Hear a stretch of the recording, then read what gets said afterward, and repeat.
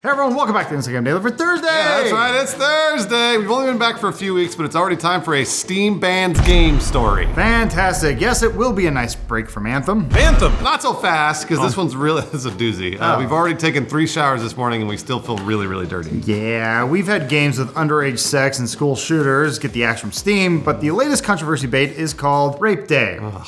And it's about as subtle as you think for a game called that. Once again, it's opened up a can of worms for Valve, which has had all sorts of controversies over what kinds of games it lets on Steam. Last year, Valve said that it was going to allow pretty much every kind of game on Steam and leave it up to the audience to decide what is or isn't offensive. This came after some developers of adult games said they weren't welcome on the platform and decided that they would take their business elsewhere. Right, in response, Valve said it was going to take a hands-off approach as long as it wasn't, quote, illegal or straight up trolling. Yeah, Lawrence, what's going on here? Now, those are pretty weird criteria for a game, and hard to justify after the fact too. Well, it looks like Valve has decided that not everything should be allowed. After an outcry, Valve decided that, it sucks to say it, Rape Day, which was scheduled to release next month through Steam Direct, wasn't gonna happen, saying that it posed, quote, unknown costs and risks. In a blog post addressing the subject, Valve wrote, quote, we respect developers' desire to express themselves, and the purpose of Steam is to help developers find an audience, but this developer has chosen content matter and a way of representing it that makes it very difficult for us to help them do that. That's a good way to put it. I think to paraphrase, Valve was probably like, we could get sued for this. Oh, yeah. Kind of a bummer that that's where they draw the line, but they're trying to be as hands-off as possible, and there's something to appreciate about that. The game we're talking about today started getting attention a few days ago when author JL Rose posted a screenshot of a Steam description of the game, which at the time was under review. Yeah, she tweeted, quote, I think we all need to collectively let the Steam reviewers know that a game wholly centered on rape is unacceptable. I would agree. The developer describes the game as a visual novel where you control the choices of a menacing serial killer, rapist during a zombie apocalypse, goes on to say, verbally harass, kill, and rape women as you choose to progress the story. Jeez, way to set us back a few years. And while plenty of games feature sex and violence, it seemed pretty clear that Rape Day is 100% gratuitous. And just plain f***ed up. I mean, obviously just f***ed up. A petition to ban the game got more than 3,000 signatures on change.org, so people are noticing. Yeah, we checked out the game's webpage, which looks straight out of 1994 to learn more. Lawrence, what was there? Yeah, there's not much there. What a surprise. Yeah, right. It's about as artistically in-depth as the game itself. It's mostly Q&A with the game's anonymous developer who described it as a, quote, dark comedy. It's also what Tommy Wiseau calls his garbage heap of movie The Room, which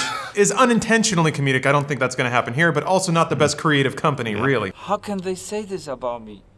I don't believe it. In an update, the dev said the game was banned from Steam on Thursday, but added that it will, quote, be available soon. They didn't specify where, probably because they don't know. They also said that they've been getting a, quote, onslaught of death threats and rants about how much of a terrible person I am. This is one of those things where you act a fool, and then when everybody calls you out, you say, like, look, it's because they're being like this that I had to do it. You're not really a savior, dog. Whatever. And while this game seems like a money grab that will quickly fade into obscurity, it's another example how Valve is still having to deal with these games on a case-by-case basis. Yeah, in its blog post announcing the ban, Valve wrote that, quote, much of our policy around what we distribute is and must be reactionary. We simply have to wait and see what comes to us via Steam Direct. We then have to make a judgment call about any risk it puts to Valve, our developer partners, or our customers. Like we said, this grew out of a controversy last year after Valve had been removing a lot of games for various and some would say arbitrary reasons. Yeah, some adult game developers said they got emails from Steam saying that their games were reported for pornographic content. There was one that said that they would go on to work with another distributor, Good Old Games, to distribute its games in the future. Turns out that's how the system works. That's fine. It's competition. Meanwhile, there was a whole separate controversy over a game called Active Shooter. It was billed as a, quote, school shooting simulator, where you play as law enforcement or the actual shooter. Valve removed the game but didn't address the game's content, saying that its move was due to the trolling behavior of its developer. All this left people wondering what kinds of games can be sold on Steam, which after all is the biggest PC marketplace and helps set the tone for much of the gaming industry. In response, Valve said that it's leaving it up to users to decide what's offensive and what isn't, and to vote with their wallets, as we always say here. Right. In a blog post in June, Valve's Eric Johnson said that Valve has decided that, quote, the right approach is to allow everything onto the Steam store, except for things that we decide are illegal or straight up trolling. Yeah, as he put it, Valve shouldn't be the ones deciding this. If you're a player, we shouldn't be choosing for you what content you can or can't buy. If you're a developer, we shouldn't be choosing what content you're allowed to create. A utopian.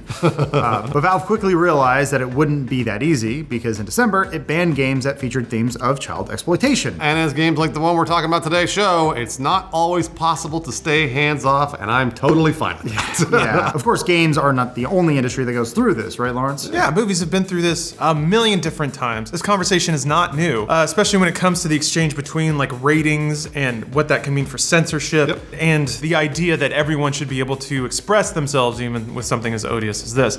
Yeah, going all the way back to the 30s, Hollywood implemented the Hays Code, which censored all kinds of things. You always had to respect religion, no homosexuality. If there was crime in a movie, the cops always had to be the good guys. Really? Also, yeah, all sorts of just very morality enforcing stuff. In the decades that followed, though, movies like Some Like It Hot and others were released without the code approval and became box office hits anyway. There was a Supreme Court ruling in 1964 over a movie called The Lovers, which upheld a theater owner's right to show the film. That's when we got the famous definition of obscenity by Judge Potter Stewart, quote, "I know it when I see it." And by the 1970s, the Motion Picture Association of America was in charge and had settled on ratings of G, PG, R, and X, which would later get changed to NC-17. You know, for the really, really good stuff. Then in 1984, there was an outcry over two movies, Gremlins and Indiana Jones and the Temple of Doom. Both were rated PG, but some parents felt they were too strong for their kids. So the MPA added the PG-13 rating, and we've got the system that is still around today. Valve doesn't have a rating system for Steam games, obviously, but it has implemented a tagging system to identify games for mature audiences, as well as more specialized stuff like tags for violence, nudity, etc. It's a whole new Wild Wild West. Yeah. The MPAA version for video games is the ESRB, but they don't rate everything, and Valve has a lot of games that are not rated by the ESRB. The volume of games released on Steam is just too wide. Yeah. It used to be that you had to be rated to be on Steam. Then that was seen as a form of censorship for indie developers because they couldn't afford to go through the ratings process. That makes sense, yeah. So yeah, it's a whole washing machine full of issues, and Valve is trying to split the difference and be as unaccountable for all of those decisions as possible. There's also a really important distinction here. Valve's a private company and can do what it wants. So remember, if they're making money and you're making money off of it when you put it on Steam, then anybody can do whatever they want because this is all, it's not a public service, it's all monetizable. Meanwhile, other services like Twitch just outright ban games right and left. That's because they have advertisers to please. They're not going to put a game like Rape Day or another game like that on Twitch and then have advertisers be like, what the f are you doing? I was curious about that. So like, there are mods for Resident Evil 2 that basically put everyone in a Speedo. I mean, Leon, Mr. X, everybody. I want to play it, but try it. I don't know if that's like, Test your freedom, bro. yeah. I'm in America, goddammit. Yeah, that's what it's all about, made by a Japanese developer. Then again, this developer is distributing their game as a for-profit enterprise. They're selling it, so if they truly believed in it, they could always just release it for free on their website. Yeah, the internet is not police. You can do whatever you want on the internet. And, Mostly. You can do whatever you want. There are consequences. Absolutely. That's true. Yeah, okay, fair enough. So if you're tempted to start yelling censorship over Rape Day, and some people already have, don't worry. Valve still has a game called Shower with Your Dad available now. It's for 99 cents, only $1. It's cute. And it's fun. Yeah, it's actually It's really fun. pixelated. Still, if you think that Valve is doing a 180 on free speech, there are plenty of sexually explicit games available on Steam as well, so don't worry. Yeah, don't worry about it. You'll get your porno. And like the game's developer said, they still intend to release the game on other services or on their own. Yeah. You know what? Whatever. So if you're worried about censorship, go follow them over there. It's not as Orwellian as we thought it would be. Yeah, no. So free speech is still preserved, right? Yeah, we're all good. We're gonna go out on a limb and guess that this game is probably not the most fun or well-designed game in the world. Sure. Kind of like Hatred, Postal, or a litany of other hollow, exploitative, provocative trash that preceded it. Yep. People will continue to make this stuff because, like we're doing right now, it gets headlines because people love a good controversy, but meanwhile, yeah, there's a bunch of Russian, like, hentai puzzle games released on Steam every day, so don't worry. I would make one small argument is that, yes, we're talking about it, but in the hopes that we educated you in some way, shape, or form. Yeah. Remember, there's a difference. Monetizable and then free speech. I want to do both, you Make money on it. Kitty Loli's hat. Was that you? It's anonymous, Adam. To which Brock responded, "You got them already, we'd say." Oh, so he responded to that? There's a few, yeah. Just be a cool dude. He's rapping with the kid. Where was Mark? What the Mark took the time off. You around that can't shit. sit Yeah, backwards you in can't do that chair. That chair doesn't work that way.